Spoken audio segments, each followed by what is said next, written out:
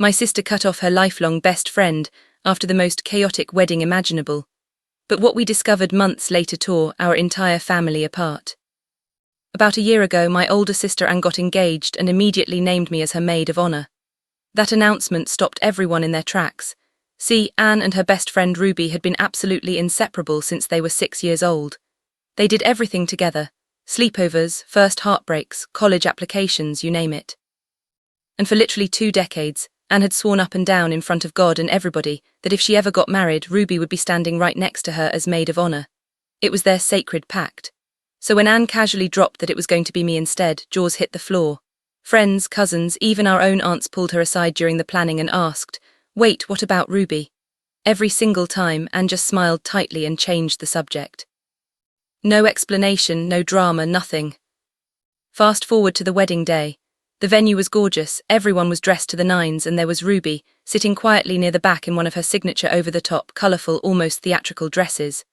Ruby has always had this bold, artistic, I dress for me and me only vibe. Think bright feathers, dramatic sleeves, vintage glamour mixed with punk. Honestly, half the guests just smiled and said, "Classic Ruby." But Anne took one look at her and apparently decided Ruby was trying to sabotage the entire wedding by existing in a colourful outfit. I still can't believe what I saw next. I was standing near the bar when I noticed Anne grabbing a full glass of champagne and marching straight toward Ruby with this terrifying look on her face. I knew instantly what she was about to do. I sprinted over, grabbed her arm and whispered, "Anne, please don't." She yanked away and started screaming at me right there in the middle of the reception, calling me every name under the sun for taking Ruby's side. The music stopped. Every single guest turned and stared. It was mortifying.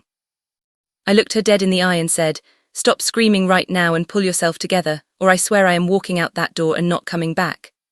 Something in my voice must have gotten through because her face went scarlet. She clamped her mouth shut, muttered, "I need the bathroom," and stormed off. The rest of the night was painfully awkward. You could feel the tension like a fog over the entire room.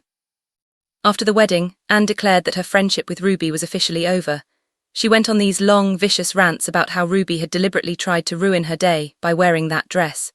She blocked her on everything, told mutual friends Ruby was toxic, the works. Strangely, Anne never once blamed me for stopping the champagne incident. All her rage went straight to Ruby, which made zero sense to me. Then one evening, after another one of Anne's hour-long Ruby bashing sessions, I finally snapped. I told her, "You've known Ruby for 20 years, you know exactly how she dresses. If her style bothered you that much on your wedding day, you could have talked to her like an adult, made her a bridesmaid, set a colour palette, literally anything. Instead you tried to ruin her dress and then ended a lifetime friendship over it." Anne absolutely lost her mind. She screamed at me, called me disloyal, a traitor, every ugly word you can imagine. Then she grabbed her phone and fired off a string of truly horrific messages to Ruby. The next day she gave me the full silent treatment, but I could hear her on the phone crying to our dad, painting me as the villain. Dad, of course, took her side immediately because she's the bride and she's been through so much. Mom was the only one who told Anne she owed Ruby, and me, a massive apology, so suddenly Anne wasn't speaking to Mom either. Ruby kept insisting nothing had happened between them before the engagement, no fight, no falling out, nothing. Anne's response to anyone who asked, "Mind your own business and support your real family." Update 1. A couple days later I decided I was going to swallow my pride and try to repair things with Anne. I walked into the kitchen ready to tell her how much I loved her and that we could all move past this, but she was sitting at the table looking like someone had spit in her coffee again. The vibe was ice cold, so I backed off. That same morning, Anne's husband Dave called me sounding completely drained. He asked if I could please talk to Anne because they'd had a massive blowout fight. Apparently on the wedding night, after the screaming incident, Dave had quietly pulled Ruby aside and thanked her for coming despite everything, and told her she looked great. Anne overheard, flipped out on him later, and now he was in the doghouse too. Dave begged me to explain what he'd done wrong and how to fix it with Anne. This was the first time in the entire time they'd been together that he'd ever asked me for relationship advice, so I knew he was desperate. I told him I was just as confused as he was.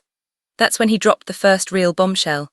He said the reason Ruby wasn't in the wedding party at all, neither side, was because he wanted Ruby to be his best woman and Anne wanted her as maid of honor, but Anne refused to share her, so they both agreed to leave her out completely. He swore Anne had explained everything to Ruby and that Ruby had been really hurt by it. I was floored. Ruby had never mentioned any of this ever. Update 2. 30 minutes later, Dave called back, this time practically yelling. He demanded to know if any of his groomsmen had acted inappropriately toward me or the bridesmaids. I could hear Anne in the background shrieking something incoherent. I told him no, everyone had been perfectly respectful. Then he asked if Ruby even knew she was originally supposed to be his best woman. I said from everything Ruby had told me, no, she had no idea. He let out this bitter laugh and hung up. Seconds later, Ruby texted me, "Wait, best woman, what is happening?" Then one of the bridesmaids messaged me in a panic, "If Dave calls you again, do not answer." And from the living room I could hear Anne on the phone absolutely screaming at our dad. The house was chaos. I knew we were inches away from the real story finally coming out. Update 3, buckle up because this is where everything shattered. Today the truth exploded in a tidal wave of shouting, tears and revelations that left every single one of us reeling. It turns out Anne's husband Dave is a recovering addict who spent time in jail years ago. And here's the part that rewrote history. Dave actually met Ruby first, long before he ever met my sister. When he got clean, he was broke, barely holding it together, and Ruby became one of his biggest supporters. She helped him financially, emotionally, everything. To Dave, Ruby is family. 2 years later, Ruby introduced Dave to Anne. Anne fell hard, but she was deeply ashamed of Dave's past, so she lied to all of us and said they met on a dating app. Dave, still fragile in his recovery, agreed to keep the real story quiet. As he grew stronger and their relationship got serious, he told Anne she had to tell our family the truth. She promised she would, but never did. Instead, she forged an emotional letter from our family, saying how proud we were of his honesty and how much we accepted him. That fake letter became the most precious thing Dave owned. When they got engaged, Dave wanted Ruby as his best woman and some of his old support group friends at the wedding.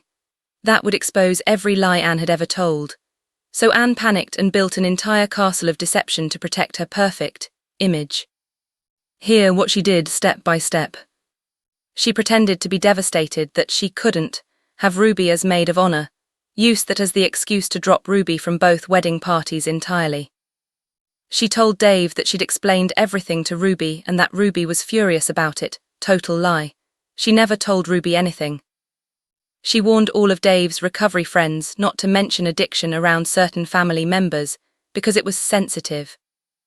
She fed the bridesmaids a mountain of vicious lies about Ruby, that she was an attention-seeking drunk, that she was going to try to sleep with the groomsmen, that one of them was her ex, that she loved causing scenes. Everything designed to make sure the bridesmaids kept Ruby isolated and disliked her. She even told them Ruby was only invited because I idolized her, so they wouldn't repeat the lies around me. On the wedding day, Ruby's colorful dress gave Anne the perfect excuse to play victim. The bridesmaids, already poisoned against Ruby, bought the story completely. Dad caved because poor bride. Anne tried the same tactic with Dave's groomsmen, claiming they'd been creepy so she could cut anyone who knew the truth out of their lives forever. But Dave isn't stupid. When Anne suddenly started accusing his friends of terrible behavior, he got suspicious. He started making phone calls. Some bridesmaids repeated Anne's lies, but most thought the whole thing was bizarre. When he confronted Anne, she crumbled and confessed everything. Dave was beyond devastated, especially about the fake letter he'd cherished for years. He texted the entire family the truth about his past, told Anne to pack a bag and kicked her out. Anne showed up at our parents' house sobbing and had to retell the entire ugly story. Mom hasn't looked her in the eye since. Dad is heartbroken. Anne sent Ruby a long apology text. Ruby responded that she was too hurt to talk right now but maybe tomorrow. Dave is the most crushed of all. He told me finding out that letter was fake destroyed something inside him. He asked for space from our entire family and none of us blame him. I honestly don't know if he'll ever want to stay married to her after this. Update 4, the last 2 weeks have been pure hell. Anne and Mom have been screaming and crying almost daily. And the worst part, we've learned this level of deception wasn't a one-time thing. Anne has been obsessed with projecting a flawless image for years. She confessed she once got a co-worker with an intellectual disability fired because she didn't want him, ruining the department's professional look. There are other stories coming out now, things she's hidden for years. I feel like I'm looking at a stranger. Dad put his foot down and told Anne she's going to therapy, no negotiation. She fought it tooth and nail until Dad got angrier than any of us have ever seen him. She finally agreed. I suggested family therapy for all of us. Mom and Dad are looking into it. Anne has been talking to Ruby a lot. Ruby is still furious and hurt, but they're trying to work through it. I'm staying out of it. 2 days ago, Dave sent the message that ended everything. After learning this is a long-standing pattern of manipulation and image control, he doesn't want to be married to Anne anymore. He's started therapy himself and is leaning on his real support system, people who never lied to him.